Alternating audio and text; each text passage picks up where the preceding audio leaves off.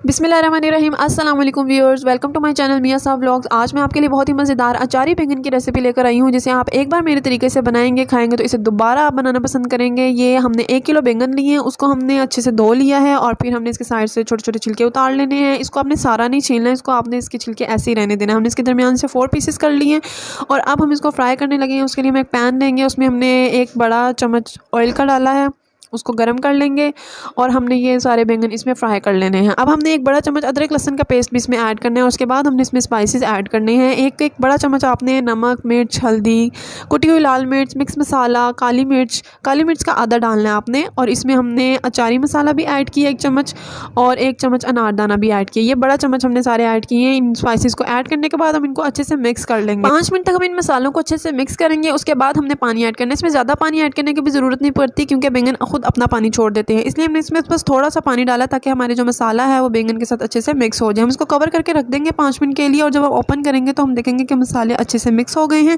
उसके बाद हमने इसमें 1 मीडियम साइज़ का आपने या 1 बड़ा साइज़ का प्याज ले लें और आपने 4-5 इसमें टमाटर चॉप करके ऐड कर दें। अब आप इनको फिर अच्छे से मिक्स करेंगे। मैं आपको अचारी बैंगन मसाले की रेसिपी बता रही हूँ, इसलिए इसमें आपने कोई भी मसाला, कोई भी स्टेप जो है वो स्किप नहीं करना। आपने इसी तरीके से बनाना है, ये बहुत ही मज़ेदार बनेंगे। इसको हमने 15 मिनट के लिए दम पे रख देना है, वो भी मीडियम आंच पे रखना है। और जब इसको ओपन करेंगे हम देखेंगे कि इसका जो मसाला है वो रेडी हो चुका है। प्याज और टमाटर जो है वो चुके हैं और मसाला भी हमारा रेडी है और खुशबू भी इतनी अमेजिंग है कि जो बैंगन नहीं खाते हैं वो भी इसको लाजमी खाएंगे। आप इसको मेरे स्टाइल से लाजमी बनाइएगा, ये बहुत ही खट्टे और स्पाइसी बनते हैं। इसे एक बार बनाएगा वो बार बार खाएगा। अब हमने इसे दोबारा मीडियम आंच पे बहुत ही 5 मिनट के लिए, थोड़ी देर के लिए रखा है और फिर हम इसको डिश आउट कर लेंगे। एंड पे हम इसमें धनिया डाल देंगे।